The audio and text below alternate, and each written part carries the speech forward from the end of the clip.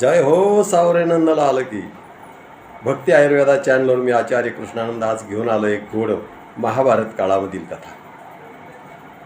भक्तराज अर्जुनाच्या रथावर अर्थात ध्वजस्तंभावर का बसून होते हनुमंतराय. ज्ञानोबराय त्या रथाचं मोठं गोड वर्णन करतात. ज्ञानोबराय म्हणतात, ध्वजस्तंभी वानरो तो साक्षात श्री शंकरू, सारथी शारंग धरो भाग्य अर्जुनेशी. अर्जुनाचं मोठं भाग्य आहे.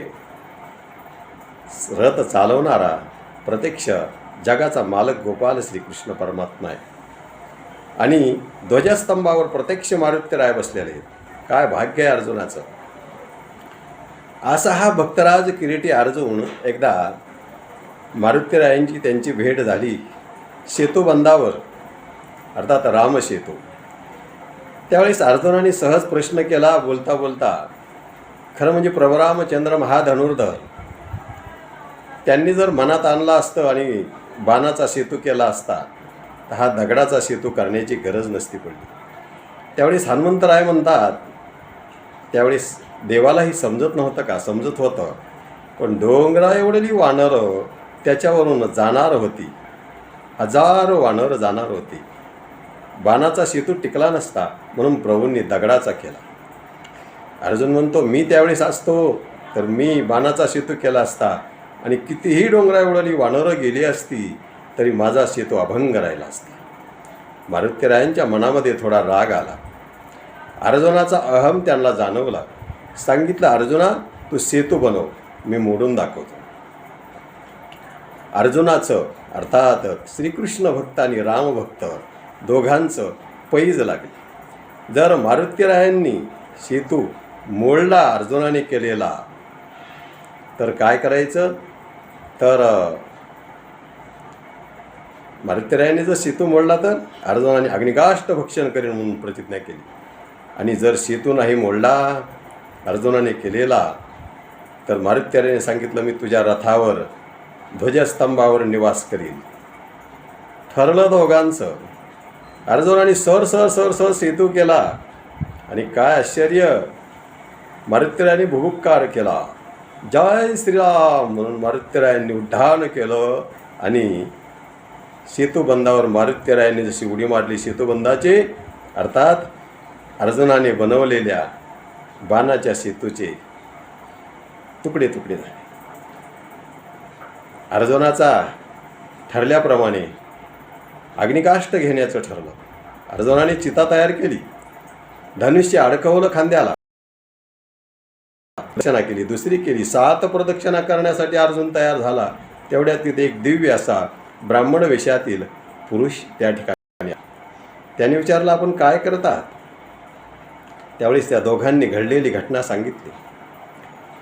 मारुतीरायांनी सेतू मोडला तर अर्जुनाने अग्निकाष्ठ भक्षण करायचं आणि जर सेतू नाही मोडला तर मारुतीरायांनी अर्जुनाच्या रथावर काय करायचं?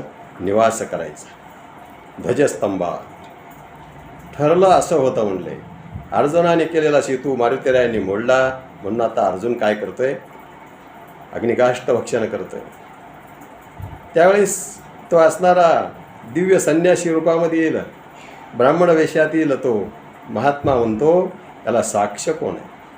आता माझ्यासमोर अर्जुनाने सेतू करावा आणि मारुतीरायाने तो मोडून दाखवा, मग खरं म्हणेल. ठरलं. पुनश्च अर्जुनाने सेतू तयार केला आणि मारुतीरायाने परत पुनश्च भुभुक्कार केला. जय श्रीराम. हनुमंतराय उंच उडाले. अकराळ विकराळ असा देह धारण केला आणि सेतुबंधावर उडी मारली. पण काय आश्चर्य, मारुतीराय एखादा चेंडू उडावा तशी बाजूला पडली. कारण तो दिव्य पुरुष सामान्य नव्हता. ते प्रत्यक्ष परब्रह्म स्वरूप असणारे गोपाल श्रीकृष्ण परमात्मा होते. त्यांनी खालून सुदर्शन चक्र लावलं होतं. आता सेतू मोडायची काय ताकद? आता ठरल्याप्रमाणे मारुतीरायांच्या उडीने सेतू मोडला नाही. आता मारुतीरायांनी सांगितलं, इथून पुढं ज्यावेळेस अर्जुनाचा रथ युद्धासाठी सज्ज होईल त्यावेळेस त्या रथावर मी आरूढ होईल. म्हणून महाभारत कालामध्ये 18 दिवसाचं युद्ध झालं. 11 औक्षणी कौरवांच्या 7 औक्षणी पांडवांच्या 18 औक्षणी सैन्याचा नाश झाला. असा असणारा अर्जुनाचा विजयी रथ, त्या विजयी रथावर मारुतीरायांनी 18 दिवस संपूर्णपणे निवास केला. हे आहे या पाठीमागचं रहस्य, गोड कथा. व्हिडिओ आवडल्यास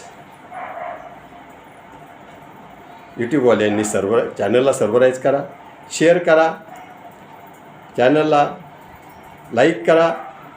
जय श्रीराम.